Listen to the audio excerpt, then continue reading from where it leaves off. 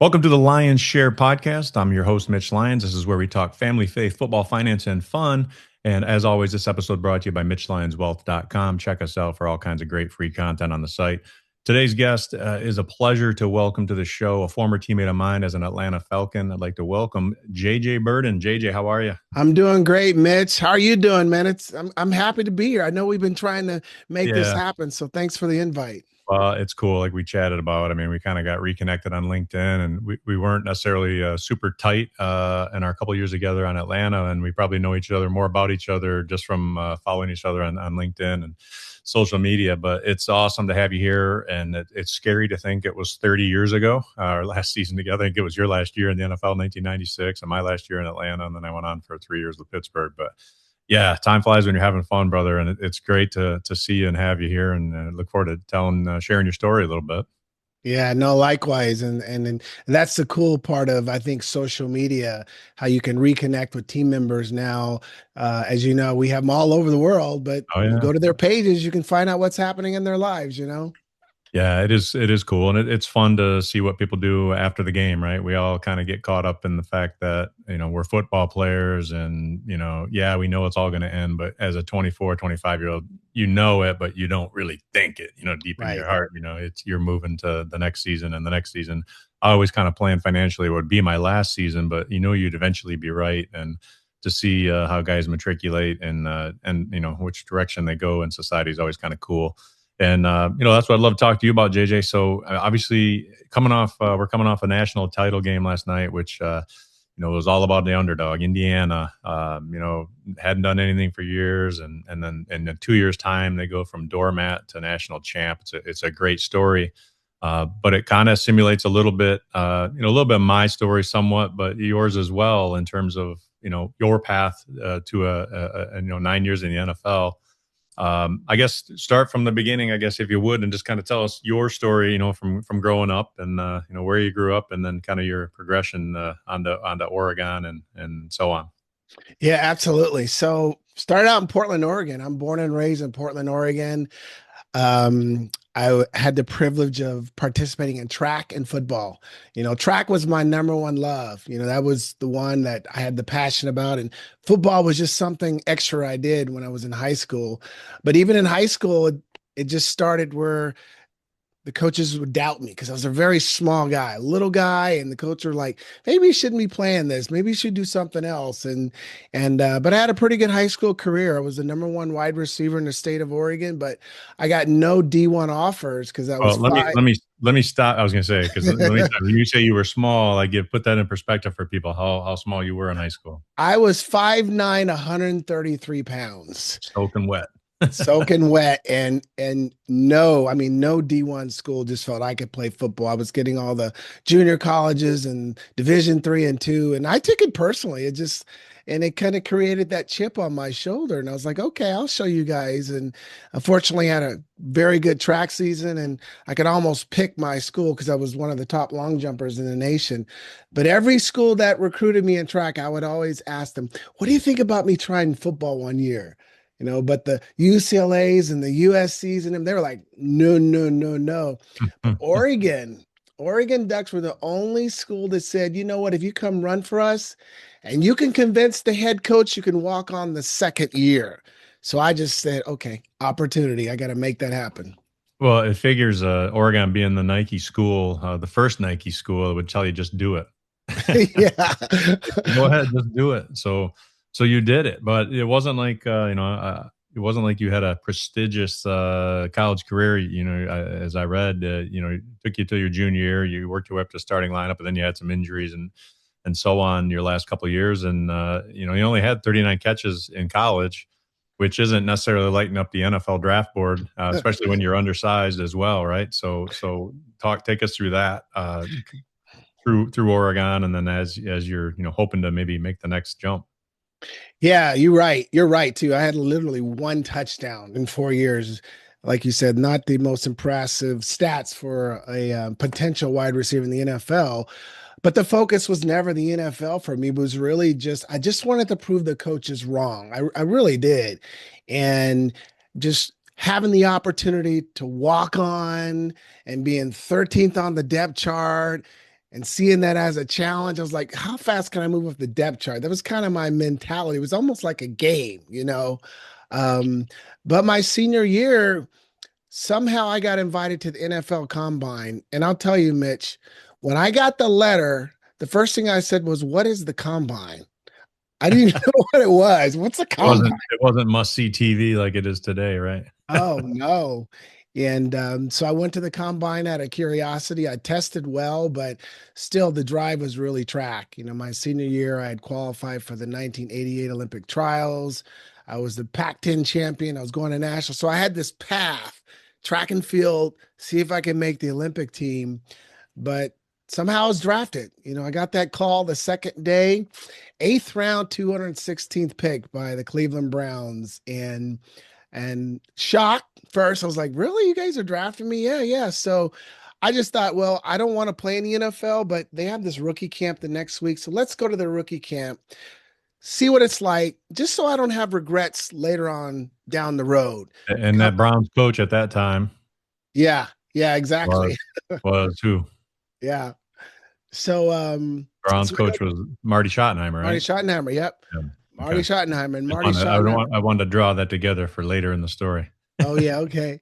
So yeah, Marty he calls me, they draft me, I go to rookie camp, but I've got this figured out. Go rookie camp, do a couple practices, come back, finish track. Well, the third practice in mini camp, I tear up my ACL ligament, Hmm, that'll do it. and that changes everything. It was a tough moment. You know, I never experienced that kind of adversity. You know, as an athlete, I mean, when we experience something that's really intense like that, where you know it's going to set you back, that was my first real test of adversity as an athlete. And this always sticks to me because I broke an ankle in high school in basketball, and then my first year in Pittsburgh tore my ACL in my right knee, and that hits an athlete so hard because you're immediately not part of it, right? You go from being all right, I'm an integral, however big your role is on the team, you're part of it, man. You're part of that team, and you've got a purpose every day to do your part of the job, and then bam, you're on crutches and you're no longer part of it. I mean, you're there and people are saying Yeah. hey to you, but you're on the outside looking in, and it's tough. And for you to experience that your first year in the NFL, that's a tough hurdle. Pardon the pun, being a track guy, a tough hurdle to get over, I'm sure. Yeah, it's a very humbling experience. You know, as athletes, sometimes we feel invincible. You know, I had never had an injury at that point. That's serious when so the shock of it. But I tell you what, it helps when someone says the right thing at the right time to you. Because I remember sitting in the treatment center crying. This is the first time I ever cried. And I was crying more because I couldn't finish for track season, you know. Yeah. But Dr. Bergfeld, I'll never forget this. And I said, Doc, can I get my speed back? Because that was one of my assets. And Dr. Bergfeld said, you know what? Not only could you get your speed back, you could come back faster if you work out really hard. And right there, that was the goal, you Yeah. know. There But you go. it set me on that path to, you know, rehab the best that I could and come back even better. So I'm assuming you're on injured reserve that year for the Yeah. 88 season. Yeah. So Injury reserve, so you practice every day, rehab every day, every single meeting. I was present. So you get to the next season, 1989. You're strong. Were you faster than ever? Not yet. I was fast, but not yet. Not Yeah, yet. You know, yeah. that ACL really, you know, it takes a good year and a half or They so. say you can come back in 9, or back then it was what, 9, 10 months, but Yeah. you're not the same that next season, man. It's No. mentally it takes a little something too. So I know that Yeah. when I did it in 97. Really. 98, I had my moments in camp where all of a sudden things weren't going quite as smoothly as they used to. And then I remember in 99, after being an additional year out, I remember Yeah. Coach Cower saying, hey, man, you're looking really good this year. I really see a difference. I feel different. Yeah. Feel confident Yeah. again, and then I went ahead and blew my other knee out with 3 ligaments and ended my Oh career. man. But Man. yeah, so, well, okay. So you go into the next season, and what happens there? Yeah, so I go to next season, 1989, and I was about 85% healthy enough to go through camp. And I just remember the words of the coach. He said, you know, hey, just go through camp. Don't worry. We know you're not 100%. You're fine. You're protected. And you know what happened. I had a Um, decent preseason, but sure enough, they cut me. Yeah. Which really didn't disappoint me as much because Mitch, I knew I wasn't 100% yet, and that was the goal. I got to get to 100%. But I had an interesting week the next week where the Chiefs call first. I fly out to Kansas City. Marty Schottenheimer is the head coach, and I have a great workout with him, and they want to put me on their practice squad. So I'm like, okay, practice squad can get healthy. But while that conversation's happening, I get a call from Dallas. Or no, Dallas, it was Detroit. So Marty's like, hey, they want to sign you. If they want to put you on their practice squad, come back and be on my practice squad. And I'm like, deal. So I fly Yeah. out to Detroit, got a little swelling in my knee from the workout. So they flunked me on the physical. Hmm. And while that's And at happening, that point, Detroit's offensive brain trust was June Jones and Mouse yeah, Davis, right? Okay, that's so right. They're running that run and listeners, shoot. listeners hold steady for later in the story. So it's funny Yeah, how the yeah, NFL these names come around. yeah. So That's a you're good back with point. coach. So you're back with Coach Schottenheimer in KC, who drafted you in Cleveland the year before.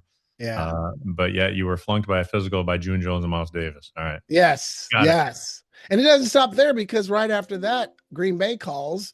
They want to sign me. I fly out to Green Bay.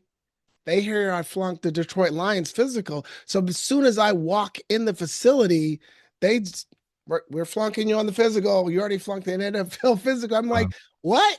Thanks for flying me out here. Yeah, I know. And so at that point, I'm like, well, Marty, I got Marty. I got the Chiefs.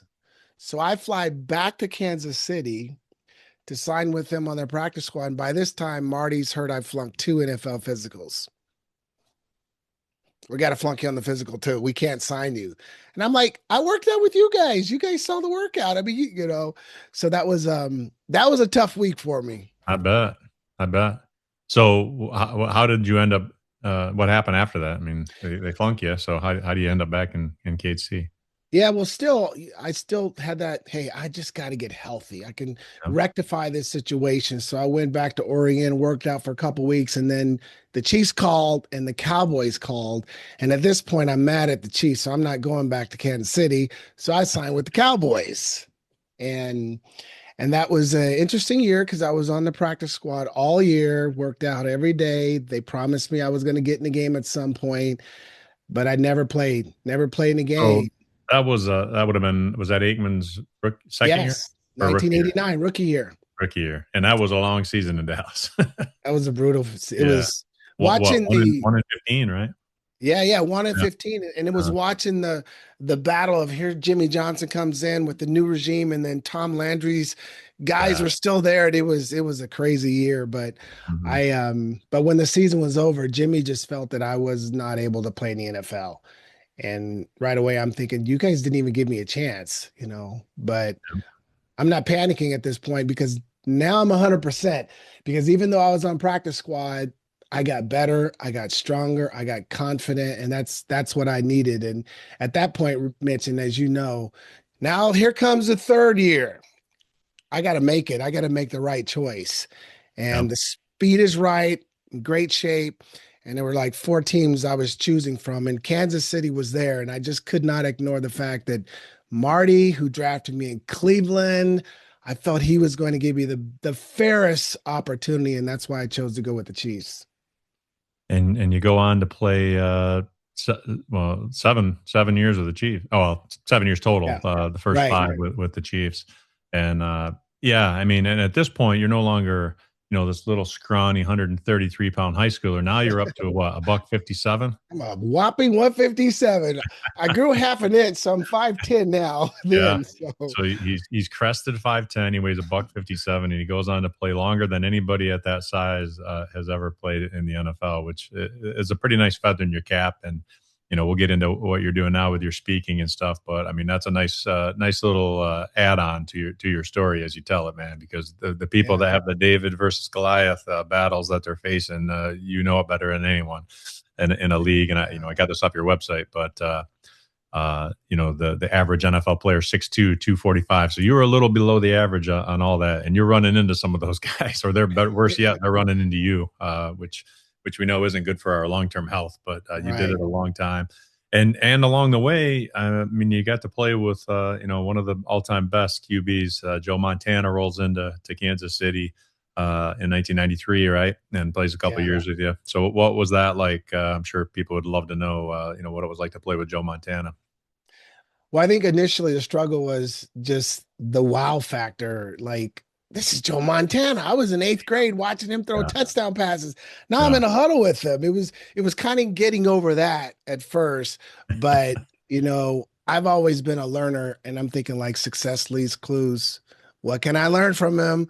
And I yeah. watched him like a hawk for 2 years, Mitch, and just seeing the way he was as a professional, you could tell, you could understand why he's one of the greatest, why he had the Mhm. success that he had. And I learned a lot from him in those 2 years. And he was just a great guy, a great leader who led by example. Well, we shared 2 years together in Atlanta, and we shared a coach by the name of Frank Gans, who was our special teams coach. And one of Frank's quotes, and I think this is where you're going with, as far in terms of Joe's preparation: painstaking attention to detail. We heard that a few times from Frank Gans Senior, and yeah, that's the separator, right? At that level, everybody's a good athlete. Hey, I Yeah. always say difference between college and pro. You played against pro players in college. It's just that once you get to the pros, they're all pros, man. We're all Yeah. talented. We all have skill sets. But that next level is the guy that preps beyond belief and is watching that film and knows every little nuance of his Yeah. opponent. And you see that with the great one, especially at quarterback, where everything's magnified at that position. So Oh yeah, yeah. I can tell you a quick story. The very first practice we had in the off season, um, Joe's there. We got Marcus Allen too. It's literally the first huddle, and we're running a play. The first play we call was X hook. Joe's first pass is X hook. I'm the X guy. So I'm like, I get Joe Montana's first pass. So I get on the line drop it, and don't drop it. yeah, I know it's like, and X hook, 12 yards turnaround. We can run this in our sleep. But I'll never forget this. I'm running the hook route and about 10 yards, 11 yards, I get ready to turn around and Joe hit me in the back of the head with the ball. Timing was a Literally, little off. he hits, and I'm like, I look at the other wide receiver, Willie Davis, and I'm like, and Joe calls me over and he goes, Willie, come here. He calls us both over. He says, listen, I throw the ball before you get to the spot. I've already read the defense. I know where the hole is, so you got to get your head around faster. And right then, like you just said, the small details. It was the Duly little noted. things like that. Yeah, and it changed my game. It made me Yeah. quicker at the top of my route. Yeah. That's awesome. So, well, you spend a good chunk of time there, and to your point, I'll just share this when you talk about when you get in the NFL, and yeah, for me, it was the biggest one. I certainly remember like Bobby Abear was a quarterback in Atlanta, and he was there with you. But when I first got there, it was his first year in Atlanta. But for me, man, I'm a kid that's going back to my early 80s. The Lions were terrible in the 80s. So when the USFL came along and Bobby Abear led the Michigan Panthers to the 1983 USFL title, that meant something to me. I watched that stuff, that spring league. That was my Super Bowl because we didn't have a pro team that was any good. Yeah. So Bobby Abear might as well have been, Joe Montana for me. So coming into Atlanta that first year, and here's Bobby Abear, and at the time Deion Sanders was still playing baseball, so I hadn't seen Deion. But the one that always sticks in my head is we start off the season 0-5, which is never fun. Jerry Glanville was a fun coach to play for, but not when you're 0-5. Right. And so the Braves finally lose their playoff game, and that's on a Tuesday, and we have a Thursday night game against LA at home, the Rams, and the press is, oh, is Deion going to play? I'm like, of course he's not going to play. He hasn't been around. Well, how's he going to play, right? I show up in the locker room before the game, and in front of Deion's lockers is his entire uniform laid out in the shape of a man. Like Craig Campbell, Really? he's the assistant equipment guy, would always lay it out for him because he had been with Deion at Florida State, and he'd always do it for him at Florida State. And I walk in, and here's this Deion-shaped caricature on the floor with all his gear, and I said, "Well, I guess Deion's playing." But to witness that guy in person, and back then, you kind of came in. Andre Rison left, and that's kind of why they signed you to bring you in. But watching he and Deion go against each other in practice was a sight to behold, man, because they both are Really? prideful guys and both Yeah. ultra talented, and it was fun watching them. But so to your point, playing with Joe, I can imagine that was pretty surreal after watching him win Super Bowls in San Fran and the catch to Dwight Clark and all that stuff. It's sometimes you got to pinch yourself. And I always say, there was times in my NFL career, especially in Atlanta, being the only tight end on a run and shoot team, as there was times of frustration in my time there. But sometimes I say I had to take a step back and pinch myself a little bit and look at it through the eyes of my 10-year-old self and appreciate Mm, where you are. Yeah, it isn't perfect, it isn't exactly how right. you would have it, but you're still pretty fortunate to be there. And now, as a 55-year-old man looking back, I'm like, you know what? I'm glad I didn't take as many shots as I probably would have if I was somewhere else. Because I started playing more in Pittsburgh, and all I did was blow out both knees. So Oh maybe that wasn't man. the best path. But anyway, so JJ, man, you last that long in the NFL. 244 receptions, over 3,400 receiving yards, 17 touchdowns. I had one, uh, which is a nice corresponding stat with your 17. But the other thing I looked up, fantasy wasn't that big back then when we were playing, but now it is, right? Yeah. So you go on some of these websites and they'll show you your career fantasy points. You had 442.1 fantasy points in your career, so which begged the question. I was like, I wonder how many I had. So I had to look up Mitch Lyons fantasy points. I had 40.5. All right. So Oh man. I was lacking a little. That would have been a good week for some guys Yeah. nowadays. I didn't even know that I'm impressed. I didn't even know they tracked that back then. So I'll have to look that up. I think they're tracking it retroactively based on Yeah. stats they punch in the computer. So yeah, but well, let's appreciate you taking some time to discuss the history, because I think there's so much there that can be gleaned from people, right? As far as Right. they're having dreams of their own and not thinking and hearing from outside voices that they can't do it. Right. You've kind of gone the next level. You've said, "Hey, I did it," and you can tell that story, and really, you're doing that as a career now. As a professional speaker, and teaching people, motivating people, encouraging people to do just that. Tell us a little bit about that and kind of how that transpired post career. Yeah, I think, as like a lot of athletes, you're not quite sure what the transition is going to be. For me, I was excited about retiring because, I didn't expect to play. I'm like, "God, I got 9 years in. Let's get out of this thing, and I was Still excited in one about the piece. trend. Yeah, I know exactly. And so I had a couple of options. Was it coaching? I had some business ventures. It was trying to figure out what I wanted to do. And I kind of dabbled in a little bit of everything. I coached for a while, and then I thought, if I really get into coaching, I want to coach at the NFL level. But I'm like, coaches have no home life, so we're not No. going to do that. But one of the things that the NFL gave me during the season, as you know, we had opportunities to do speaking engagements. Go to the local school, talk to the Mhm. children, tell your story. And I was always terrified of speaking in front of people, but I thought, here's a way I could gain a skill I might be able to use later. And that's what I started doing in the off season during my career. I go to schools and just tell my story.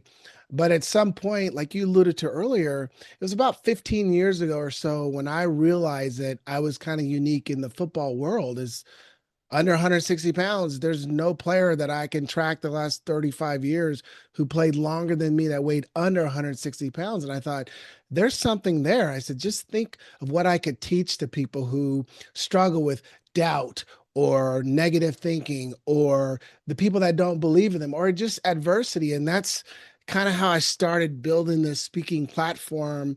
And then 10 years ago, I got really serious and hired a mentor, and we just put it all together. And I've done about 175 keynotes now, and I'm really excited because with the experience I've gained, I've really started tightening my message. I got a new brand called Beat the Coverage. And, I just want to give everyone an opportunity to take some of the principles we learn at the highest level and relate it to them and the business, or even just life in general, how they can succeed Yeah. too.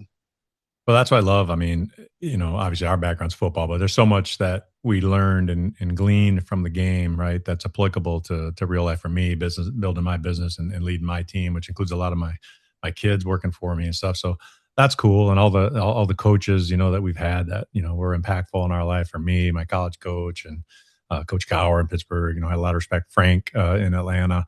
Uh, for folks out there, I guess obviously Marty Schottenheimer played a pretty big role in your ascension to the NFL. But as you look back on it, I mean, who are those coaches in your life? So impactful for most people, right? Anybody that's been involved in athletics, man. There's some coach that gave them that hope, that encouragement they needed at the right time. Who was that guy in your career? Yeah, I think at every phase, there's always one I can identify. In high school, at Lake Ridge High School in Lake Oswego, Oregon, it was Coach Keith Herdstrom, who found me in PE class my sophomore year and talked me in the running track because he saw something in me. And then you go to Oregon, and then then it was Coach Bill Dillinger.